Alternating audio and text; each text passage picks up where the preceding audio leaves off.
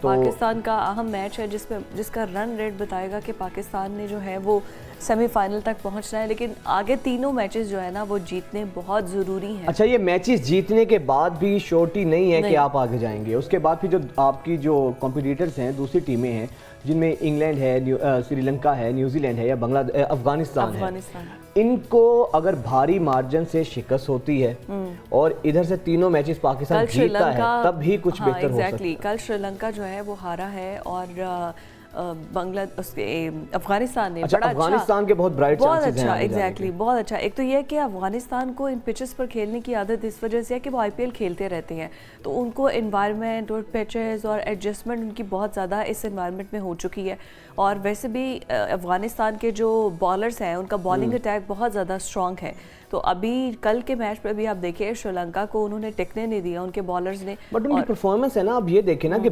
Bowling attack ہمارا کتنا اچھا ہے، اصل چیز ہے کیونکہ وہ پرفارم کر پا رہے ہیں، ان کا گراؤنڈ میں اترنا، ان کا جتنے ایگریسو ٹون کے ساتھ، ایگریسو انداز کے ساتھ ان کی بیٹنگ بولنگ، تو یہ وہ ساری چیزیں ہیں جس کی ہماری ٹیم کو اصل ضرورت تھی، لیکن انفارچونیٹلی کہہ لیں یا ٹیم کی کارکردگی ہمارے پی سی بی کے چیئرمین سے لے کر چیف سلیکٹر سے لے کر سب کی پریورٹیز ہی دوسری ہیں، اور وہ پھر ساری چیزیں ہمیں گراؤنڈ میں دیکھنے کو ملتی ہیں کہ جو ہوتا ہے ہمارے ساتھ۔ اب یہ دیکھنا ہے کہ آگے بنے گا کیا ہمارے ورلڈ کپ کے لیے، کیونکہ ابھی سیمی فائنل کے لیے بڑا ضروری ہے کہ ہم نیوزی لینڈ اور انگلینڈ ان دونوں کو بھی ہرائیں اور ایک اچھے مارجن سے ہرائیں۔ ایسا نہیں ہے کہ بس ہلکا پھلکا ہرا دینا، اگر ہم اچھے مارجن سے، ہمارا رن ریٹ بہت ہی بہترین ہوگا، ایک تو تب ہمارے چانسز ہیں سیمی فائنل میں جانے کے لیے۔ بات وہی ایف اینڈ بٹس پر یہ آگے ختم ہوتی ہے، اگر ہم ہرائیں، اگر وہ اچھے مارجن سے ہار جائیں تو کبھی سموتھ میرے خیال سے انٹری ہماری نہیں ہوئی، آج تک ہماری سموتھ انٹری ہوئی ہی نہیں ہے، ہمیشہ سے یہ ایسے ہی ہوا ہے کہ ہم ڈیپینڈنٹ رہے ہیں دوسری ٹیمز کے اوپر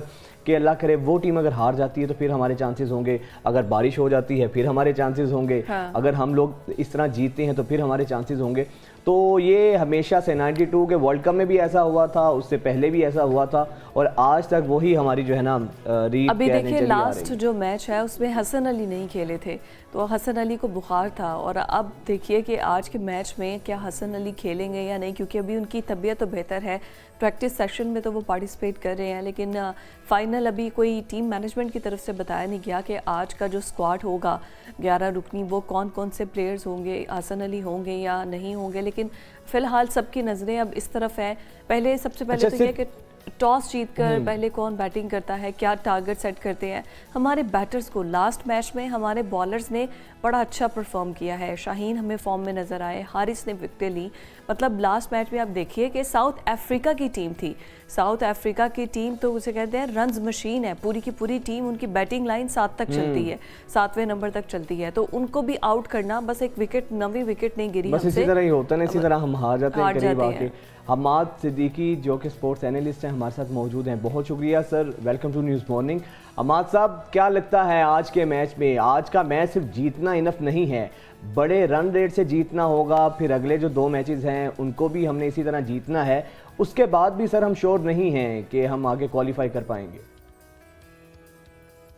بالکل صحیح کہہ رہے ہیں، کنڈیشنز پاکستان کے حوالے سے اگر بات کی جائے تو کافی مشکل نظر آ رہی ہے، 4 میچز لگاتار ہارنے کے بعد، اور اس وقت اگر پوائنٹس ٹیبل پہ دیکھیں، کل کا میچ جیتنے کے بعد افغانستان 5ویں نمبر پہ آ گیا اور پاکستان 7ویں پہ چلا گیا، تو 7ویں نمبر کی ٹیم جو 6 میں سے صرف 2 میچ جیتی ہو، اس کا کوالیفائی کرنا دوسری ٹیموں پہ ڈیپینڈنٹ ہے بیشک۔ پاکستان، نیوزی لینڈ اگر 2 میچز ہارے اور پاکستان اپنے باقی 3 میچز جیتے، اور جیتے بھی اچھے مارجن سے، تاکہ نیٹ رن ریٹ پہ پاکستان ان سے اوپر ہو جائے، یہ سچویشن ہے، اور اس میں کس حد تک پاکستان کامیاب ہوتا ہے۔ تھوڑا سا اگر پاکستان اور بنگلہ دیش کے آج کے میچ کی بات کریں، لاسٹ میچ پاکستان کھیلا اگینسٹ ساؤتھ افریقہ، اور بڑا پاکستان کا اچھا کہوں گا کہ بے شک پاکستان نے 270 کیے، لیکن پاکستان اس میں فائٹ کرتا ہوا نظر آیا، جی اور آلموسٹ میچ جیت گیا تھا، اگر وہ امپائرز کا ڈیسیژن، جو امپائرز کال ہے، جس پہ ہر حلقے میں ہم نے دیکھا کہ اعتراضات اٹھ رہے ہیں کہ نہیں یہ ایکوریٹ نہیں ہے، اس کو مزید ایکوریٹ کیا جائے، پھر اس کو انٹرنیشنل کرکٹ میں اس کو متعارف کرایا جائے، خیر یہ تو ایک الگ بات ہے، لیکن پاکستان نے جو فائٹ کی، پاکستان کی بولنگ کی بات کریں تو وہ بالکل بہت اچھی تھی، اور اس میں نظر آیا کہ تمام بالر زور لگا رہے ہیں۔ فارچونیٹلی اور انفارچونیٹلی شاداب خان کا انفٹ ہونا اور اسامہ میر کا آنا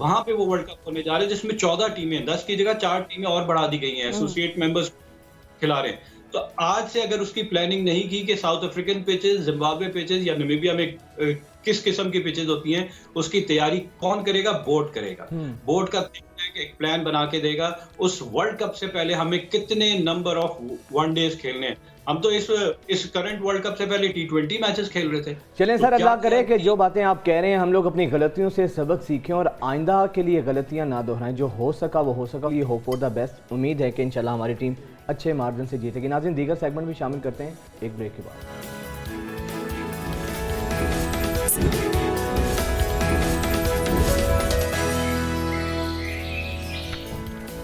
بریک کے بعد ایک دفعہ پھر سے آپ کو خوش آمدید کہتے ہیں. اور ناظرین، کچھ ذرا سیاسی میدان سے خبریں شامل کرتے ہیں. تو ملک میں اس وقت جو الیکشنز کی جو فضا کے حوالے سے بہت زیادہ باتیں ہو رہی ہیں، ایک انسرٹینٹی بھی ہے، لیکن دوسری جانب ہم دیکھ رہے ہیں کہ سیاسی جماعتیں نئی صف بندیاں بنانے میں مصروف ہیں. خالد مقبول صدیقی کی شہباز شریف سے رابطوں کی بھی تصدیق ہوئی ہے اور اب لگ رہا ہے کہ سندھ میں بھی کوئی اتحاد بننے جا رہا ہے. سندھ میں لوگ نون لیگ MQM اور اس کے علاوہ پنجاب میں بھی اگر دیکھا جائے تو جس طرح تحریک استحکام پارٹی ہے اور اس کے علاوہ استحکام پاکستان پارٹی ہے اور اس کے علاوہ جو دوسری پارٹیز ہیں، نئے سیاسی مورچے بننے جا رہے ہیں. اب MQM کی جو ملاقات ہوئی ہے شہباز شریف صاحب سے، کیا سندھ میں PMLN اور MQM کا اتحاد ہوگا یا نہیں؟ یہ ایک بڑا سوالیہ نشان ہے. اور ویسے بھی آپ کو پتہ ہے کہ پاکستان پیپلز پارٹی جو ہے اس کو وہ آلریڈی شکوے کر رہی ہے کہ ہمیں لیول پلینگ فیلڈ نہیں مل رہی، اور یہ کہا جا رہا ہے کہ اب ان کو پرانی تنخواہ یعنی کہ سندھ تک ہی محدود رہنا پڑے گا اور اسی میں گزارا کرنا پڑے گا. اور نواز شریف کی واپسی کی وجہ سے تو بہت زیادہ جو ہے نا وہ ناراضگیاں بڑھ چکی ہیں. لیکن ایک طرف PTI اور فضل الرحمان ان کے رابطے ہوئے ہیں سیاست میں، کہ یہ بہت بڑی چینجنگ تھی. دوسری جانب اب IPU کی جانب سے جو جلسہ کیا گیا ہے جہانیہ میں، جس میں انہوں نے اپنی مینیفیسٹو کا اعلان کیا ہے، سیاست نے ایک یہ الگ رنگ دے دیا ہے. دوسرا کراچی کی اب جو سیاست بات کر رہے ہیں تو اس میں بھی اب الگ الگ طریقے سے MQM کے اور باقی تمام جماعتوں کے جو رابطے ہو رہے ہیں. تو یہ جو چھوٹے چھوٹے سے ٹوسٹ نظر آ رہے ہیں نا، یہ الیکشن ڈے کو بدل سکتے ہیں. لیکن بٹ سٹل الیکشن ڈے کے اندر الیکشنز ہونا، پھر الیکشن ڈے کو مینج کرنا اور پھر تمام سیاسی جماعتوں کا اسے ایکسیپٹ کر لینا کہ ریگنگ نہیں ہوئی ہے یا RTS سسٹم نہیں بیٹھا ہے یا اسموک کی وجہ سے کچھ نہیں ہوا ہے. لیکن ابھی جو نئی سیاسی صف بندیاں ہو رہی ہیں نا، یہ بڑی ایک ڈیولپمنٹ ہے. اب دیکھتے ہیں کیا ہوگا آگے. فیاض قائم خانی رہنما MQM ہمارے ساتھ موجود ہیں. بہت شکریہ سر آپ کے وقت کا. Welcome to news morning. Qaimkhani صاحب، خالد مقبول صدیقی صاحب کی جو شہباز شریف صاحب سے ملاقات ہوئی ہے، آپ کو لگتا ہے کہ کراچی کی حد تک MQM اور PMLN میں جو ہے الائنس ہو سکتا ہے؟ دیکھیں، وجہت بات یہ ہے کہ MQM کی ایک روایت رہی ہے ہمیشہ. MQM نے کبھی بھی انتخابی اتحاد نہیں کیا ہے. کچھ جگہ پہ سیٹ ایڈجسٹمنٹ ضرور کی ہے لیکن انتخابی اتحاد نہیں کیا ہے. اب سچویشن تھوڑی اس طرح بنی ہوئی ہے کہ سندھ کے اندر آپ جانتے ہیں کہ 15 سال سے پیپلز پارٹی نے جو عزم کھڑا کیا ہوا تھا اور جس طرح کی بیڈ گورننس اس کی رہی ہے، تو اب ایک جو صورتحال موجودہ صورتحال ہے اور جو اس وقت کنڈیشن چل رہی ہے سندھ کی پورے کی، تو اب جو ہم خیال لوگ ہیں وہ آپس میں ملاقاتیں کر رہے ہیں. کیونکہ اب میجورٹی پولیٹیکل پارٹی نے ذہن بنا لیا ہے سندھ کی، میں سندھ تک کی بات کر رہا ہوں، کہ اب پیپلز پارٹی کو نہیں آنے دینا ہے. کیونکہ پیپلز پارٹی پچھلے 15 سال میں جو اس نے سندھ کا بیڑا غرق کیا ہے، خالی شہری سندھ کا ہی نہیں، دیہی سندھ کا بھی اس نے بیڑا غرق کیا ہوا ہے. یہ اس طرح جو ہے کچھ ہم خیال لوگ آپس میں بیٹھے ہیں، کئی دفعہ بیٹھے ہیں، جس میں کیا نام ہے GDA والے ہیں، فنکشنل لیگ والے ہیں، JUI والے ہیں، ٹھیک ہے نا. تو کچھ ایشوز پہ ہم ذہن ہیں لوگ کہ کچھ نہ کچھ معاملات اس طریقے سے بنائے جائیں آنے والے انتخابات سے قبل کہ عوام کو مشکل بھی نہ ہو اور عوام کو سلیکشن کرنے میں اینٹی پیپلز پارٹی جو ہے ایک الائنس بننے کی امید ہے، لیکن ایسا کبھی کوئی چیز فائنلائز نہیں ہے. تو سر یہ جو آپ کہہ رہے ہیں کہ اینٹی پیپلز پارٹی ایک الائنس بننے جا رہی ہے، کچھ ایسے اثرات تو نظر آ رہے ہیں، تو اس الائنس میں کون کون ہوگا؟ اب دیکھیے کہ پیپلز پارٹی کے اگینسٹ کسی نے ڈیفیٹ کیا تھا تو وہ پی ٹی آئی تھی، تو پھر کیا آپ کو پی ٹی آئی کے بھی کچھ لوگ اس میں شامل ہوں گے؟ دیکھیں یہ بات میں نے ایسا نہیں کہی ہے کہ کوئی بننے جا رہا ہے کوئی الائنس. میں یہ کہہ رہا ہوں کہ اس طرح کچھ ہم خیال لوگ جو ہے نا، ہم ذہن لوگ آپس میں بیٹھے ہیں. کچھ اثرات اب نظر آ بات رہے ہیں نا، میں نے بولا کہ کچھ اثرات ایسے ہیں. بالکل آپ دیکھیں کچھ سرگرمیاں ایسی ہیں جس سے آپ بھی اندازہ لگا سکتے ہیں کہ کچھ سرگرمیاں پولیٹیکل پارٹیز کی ہیں جو ملاقاتیں چل رہی ہیں. جی ٹھیک ہے. اور ایم کیو ایم کبھی بھی کوئی چیز ڈھکی چھپی نہیں رکھے گی. یہ ایم کیو ایم کی ہمیشہ کی ایک عادت ہے کہ ایم کیو ایم جو چیز ہوگی وہ کھل کے بتا دے گی کہ ہاں جی ہم نے یہ کام کیا ہے. اب جہاں تک ہماری جی ڈی او والوں سے جے ای او والوں سے ملاقاتیں ہوئی ہیں، وہ کچھ فلسطین کے حوالے سے ہمارا ایک جلسہ تھا اس سے بھی ہوئی ہے. اس سے پہلے جو ایک اپوزیشن لیڈر کا اپائنٹ تھا اس پہ بھی ہوئی ہے. ابھی بھی ایک ملاقات ہماری ہوئی ہے. ہمیں ابھی انویٹیشن آیا ہوا ہے نواز شریف صاحب کا. یہ بالکل میں آپ کو بتا دوں اس بات کو کہ نواز شریف صاحب سے ملاقات کے لیے ہمیں ایک موضوع کیا گیا ہے کہ اب جو بھی وقت ہو نکلے تو. لیکن قائم خانی صاحب جس طرح آپ نے کہا ہے سر، اس کا مطلب ہے پیپلز پارٹی جو یہ گلا کرتی نظر آتی ہے کہ ہمیں لیول پلینگ فیلڈ نہیں مل رہی ہے، جے یو آئی کا آپ لوگوں کے ساتھ الائنس ہونا، پھر پی ایم ایل این کا بھی آپ کے ساتھ، تو پھر پیپلز پارٹی تو سندھ میں جو یہ تاثر اس کا کسی حد تک ٹھیک ہے کہ اس کو دیوار سے لگایا جا رہا ہے اور ہمارے خلاف ہی سارے الائنسز بن رہے ہیں. نہیں وجہ ایسا نہیں ہے. لیول پلینگ فیلڈ جو ہے نا، اب ہر آدمی بس ایک ہی بات سیکھ رہا ہے. ایشو یہ ہے کہ ہمارا تو خود کے اس پر ریزرویشنز ہیں، ہم تو خود ہمارے تحفظات ہیں. ڈاکٹر خالد مقبول صدیقی نے ابھی 2 دن پہلے سنڈے کو جو ہے وہ یہی بات کہی ہے کہ ہمارے ساتھ زیادتی ہو رہی ہے. لیکن بات یہ ہے کہ وہ کہاں رہی ہے. پیپلز پارٹی کے بولنے سے تو نہیں ہوگا، یا کسی اور جماعت کے بولنے سے. صرف پیپلز پارٹی بول رہی ہے. چلے پی ٹی آئی کی میں آپ کی بات مان لیتا ہوں کہ پی ٹی آئی کچھ مسائل کا شکار ہے. پی ٹی آئی بول سکتی ہے کہ بھئی کہ ہمیں جو ہے نا تھوڑی سی مشکلات ہیں، یہ بولا جا سکتا ہے. لیکن پیپلز پارٹی کو کہاں 15 سال حکومت کر کے گئی ہے. 15 سال کنٹینیو سندھ پہ حکومت کی ہے اس نے. آج بھی ڈسٹرکٹ ایڈمنسٹریشن ساری اس کی بنائی ہوئی ہے، سارا پولیس کا سسٹم اس کا اپنا بنایا ہوا ہے. ایون یہ کہ صوبائی الیکشن کمیشن سے لے کر ڈسٹرکٹ الیکشن کمیشن آفس تک میں سارے اسی کے لوگ تعینات ہیں. ایک ایک چیز اس کی ہے. سندھ ہائی کورٹ میں جو ہے اس کے ہم خیال ججز ہیں. کون سی جگہ ہے جہاں پیپلز پارٹی کو بھرپور امداد نہیں مل رہی ہے یا نہ ملے گی؟ ایسا نہیں ہے. وہ قبل وقت چیخ رہے ہیں خامخواہ کے اندر. ان کو بھی معلوم ہے کہ پاکستان میں ہمارا کوئی کہیں پہ بھی کہیں آسرا نہیں ہے. وہ آخر میں تھکار کے سندھ تک محدود ہو جائیں گے. ان کو بھی معلوم ہے کہ سندھ میں ہی رہنا ہم نے، اور سندھ پورا ان کے ہاتھ میں ہے. ہماری جو شکایت ہے کہ لیول پلینگ فیلڈ نہیں ہے سر، سندھ خالی ہاتھ میں نہیں، اب تو آپ کا کراچی بھی ان کے ہاتھ میں آ گیا جو ایک وقت میں ایم کیو ایم کا ہوا کرتا تھا. نہیں دیکھیں ان کا 3.25% کا میئر ہے. اگر پوری کراچی کی آبادی لگائی جائے تو 1.25% کا میئر ہے. انہوں نے 3.5 لاکھ ووٹ لیے ہوئے 3 کروڑ کی آبادی میں. اور وہ بھی جو اگر آپ اس کا تجزیہ کریں گے تو جو پیریفرل ایریاز ہیں، مضافاتی ایریا کراچی کے، وہاں سے لیے ہوئے سینٹرل کراچی شہر سے تو ہارے ہیں وہ. جی بالکل. جماعت اسلامی نے ان کو ہرایا، جماعت اسلامی نے ان کو ہرایا ہے. اور جہاں تک بات ہے دوسری کے میئر بن گئے تو میئر تو 3.25% کا میئر بنا ہوا ہے. اور جس طرح بنا وہ سب نے دنیا نے دیکھا ہے کہ پی ٹی آئی کے چیئرمین کے ساتھ ہوا کیا تھا.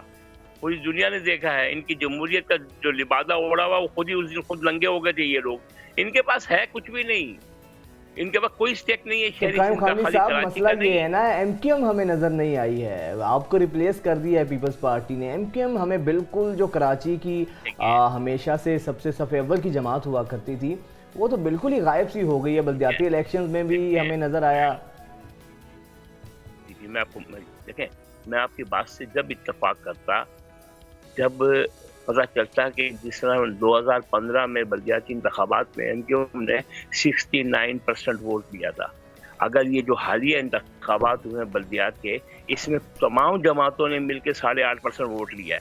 میں آپ کی بات سے اتفاق کرتا. اگر وہ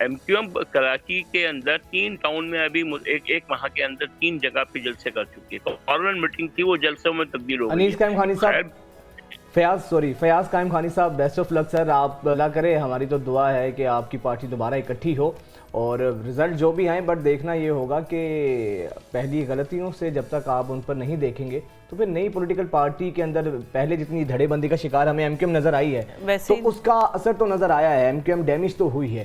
بہت شکریہ سر آپ کے وقت کا. اب ذرا شیخ رشید صاحب کا ذکر کر لیں. میرے خیال سے بڑی دیر سے میڈیا پہ خاموشی تھی، سناٹا تھا. شیخ رشید صاحب جب میڈیا پہ ہوتے ہیں تو ایک رونق ہوتی ہے، ان کے جو چٹکلے ہیں خاص طور پہ 17 ستمبر تو وہ بڑا ہم سب مس کر رہے تھے. شیخ رشید 22 صاحب اکتوبر تک جو ہے وہ کہاں رہے ہیں، کہاں نہیں رہے. انہوں نے کہا میں چلہ کاٹ رہا تھا، پھر چلے کے بعد انہوں نے کہا میرا ویٹ 10 kg کم ہو گیا اور میں اپنے کالج کا جو کوٹ ہے وہ پہن کر آیا ہوں. لیکن اب شیخ رشید کی بھی سرجری ہونی ہے جی. انہوں نے کہا ہے کہ دعا مانگے کہ میری سرجری نہ ہو، لیکن اگر سرجری ہوتی ہے تو میں آپ سب سے درخواست کروں گا کہ مجھے معاف کر دیں. انہوں نے تو میڈیا پر آ کے اچھا یہ ساری تو بات کرتے ہیں، لیکن شیخ رشید صاحب نے خود کہا کیا ہے کل، آپ کو وہ دکھاتے ہیں. پہلے 9 مئی جو ہے وہ ایک لعنتی پروگرام تھا، وہ ایک لعنتی گندا اور پروگندا لوگوں کے کیے ہوئے کام تھے. لیکن ایک میں دل میں درد رکھتا ہوں، وہ اگر بڑے لوگوں سے میری ملاقات ہوئی، عاصم منیر ہماری شہر کی عزت ہیں، عظیم سپہ سالار ہیں، اور ندیم انجم ہماری عزت ہیں، آن ہے، شان ہے، ہمیں ان پر فخر ہے. ہم نے کل بھی فوج کے ساتھ تھے، آج بھی فوج کے ساتھ ہیں، کل بھی فوج کے ساتھ. ہم نے فوج کے خلاف کبھی بات نہیں کی. اس میں تو کوئی شک نہیں ہے، پہلے دن سے شیخ رشید صاحب ہمیشہ سے فوج کے ساتھ ہی رہے ہیں، تو آج بھی فوج کے ساتھ ہیں اور بڑا خوبصورت طریقے سے انہوں نے بتایا. ان کا ویٹ کافی کم ہو گیا ہے، 30 kg انہوں نے اپنا ویٹ کم کیا. ایسا چلا تو مجھے لگتا ہے کہ پھر شیخ رشید صاحب اس کو نا ویٹ لاس ریسیپی کی طرف بانٹے، کیونکہ بہت سے لوگ ہیں جو اپنا ویٹ اتنا کم ہوا کیوں؟ کوئی ڈائٹنگ کی ہوگی وہاں پہ، کیا ہوا، کیا ہوگا پتہ نہیں. وہ کہتے ہیں کہ میں چلا کاٹ رہا تھا. ظاہر ہے کہ آپ فوکسڈ ہو کے اگر کسی چیز پر ہوں گے اور کھانا شانے کا بھول چکے ہوں گے کہ کیا کھانا، کیا ٹائمنگز ہوں گی، تو پھر اس کی لیکن وجہ مجھے سے بہت خوشی ہوئی ہے. لیکن لال حویلی کو ڈی سیل کر دیا گیا ہے. شیخ صاحب نا ایک سورس آف انٹرٹینمنٹ بھی سمجھے جاتے ہیں. شیخ صاحب جتنے سینئر پولیٹیشین ہیں، پھر جو ان کے مزے کے چٹکلے ہوتے ہیں، جو باتیں ہوتی ہیں، تو وہ ان کو سب بڑا مس کر رہے تھے. اور شیخ صاحب کے لیے کل ویسے ہی بڑی خوشی کی خبر تھی.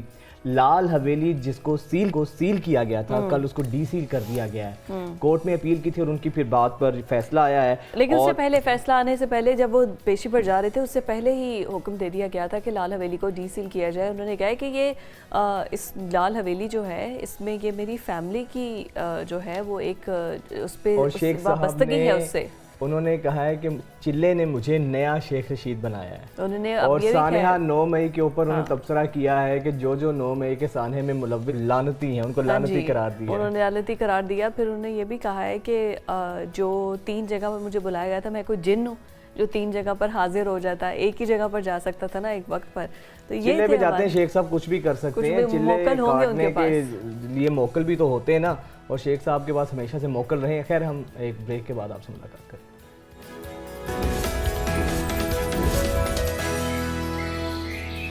بریک کے بعد آپ کو خوش آمدید کہیں گے اور اب کچھ فلسطین کی صورتحال کی بات کرتے ہیں کہ غزہ پٹی پر مسلسل بمباری کی جا رہی ہے، جس کا زیادہ تر نشانہ بچے اور خواتین بڑھ رہی ہیں. دوسری جانب دنیا بھر میں مظاہرے پھوٹ پڑے ہیں اس حوالے سے، اور سب سے جو الارمنگ اس وقت جو خبر ہے وہ یہ ہے کہ روس کا جو مسلم اکثریتی علاقہ ہے وہاں پر بہت زیادہ ہلچل دیکھنے میں آئی ہیں. ایسی ویڈیوز سامنے آئی ہیں جس میں یہ پتہ چل رہا ہے کہ جب یہ خبر پھیلی کہ تل ابیب سے ایک طیارہ جس میں تمام اسرائیلی موجود ہیں وہ پہنچ رہا ہے رشیا میں، تو اس کے بعد جو مسلم اکثریتی علاقہ تھا، پھر داغستان میں ہوائی اڈے پر تمام مسلم جو فلسطین کے ساتھ اظہار یکجہتی کر رہے ہیں، فلسطینیوں کے پرچم اٹھائے اس ہوائی اڈے کے اندر داخل ہوئے. وہاں پر ہوٹل کے اندر جتنے بھی مسافر تھے وہاں پر ان کو چیک کیا کہ ان کے پاسپورٹ چیک کیے گئے، ان کے نام چیک کیے گئے کہ ان کا کسی کا تعلق تو اسرائیل سے نہیں ہے.